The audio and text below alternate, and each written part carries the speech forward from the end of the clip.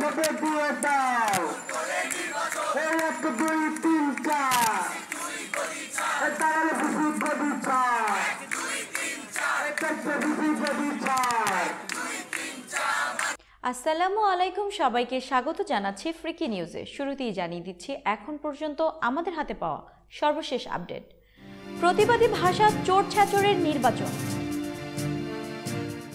বিস্তারিত প্রতিবেদনে, তাই শেষ পর্যন্ত আমাদের সঙ্গে থাকার জন্য অনুরোধ রইল।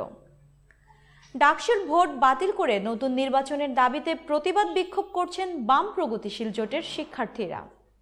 মঙ্গলবার সকাল থেকে ঢাকা বিশ্ববিদ্যালয়ের টিএসসির সামনে অবস্থান নিয়ে তারা তাদের এই প্রতিবাদ করছেন।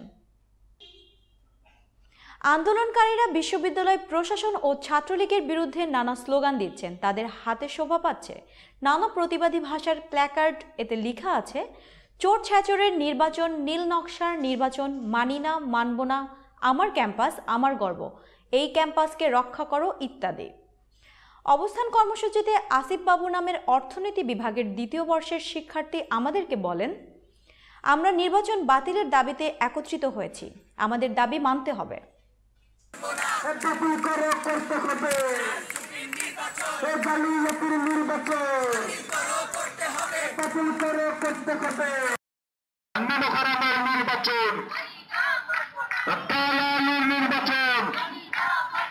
নীল নকশার নির্বাচন, ছাত্রলীগের প্রশাসন, প্রশাসন। উল্লেখ্য, দীর্ঘ 28 বছর পর গতকাল সোমবার ডাকসুর নির্বাচন অনুষ্ঠিত হয়। ভোট শুরুর পর দুপুরের মধ্যেই নানা অনিয়মের অভিযোগ এনে ছাত্রলীগ ছাড়া সবকটি প্যানেলের প্রার্থীরা এই নির্বাচন বর্জন করে।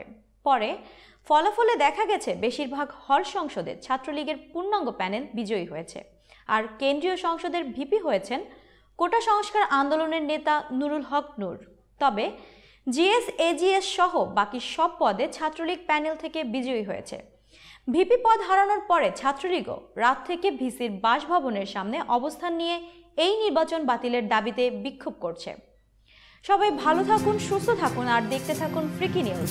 প্রতিদিনের প্রতি সেকেন্ডের সর্বশেষ আপডেট পেতে আমাদের চ্যানেলটিকে সাবস্ক্রাইব করুন এবং লাইক দিয়ে আমাদের সঙ্গেই থাকুন। এতক্ষণ ফ্রিকি নিউজের সঙ্গে থাকার জন্য ধন্যবাদ। প্রশাসন